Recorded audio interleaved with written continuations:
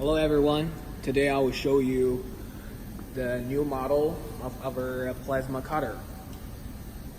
This size is 1.5 meter plus the 3 meters with a Hypertherm 65.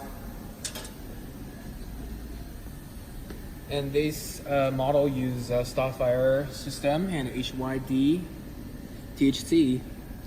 And all the system we use are the newest.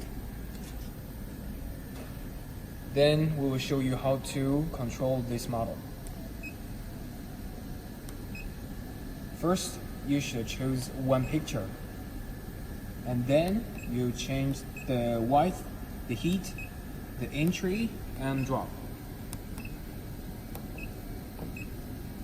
Namely, the size of the picture.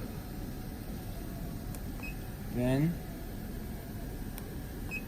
you just view the picture and choose the automatic model.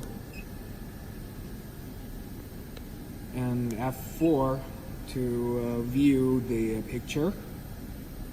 And then back to the home and choose the manual mode. In this picture, you can reposition and then move the torch. And then you choose the F6 and F1 to enter the automatic mode to change the speed.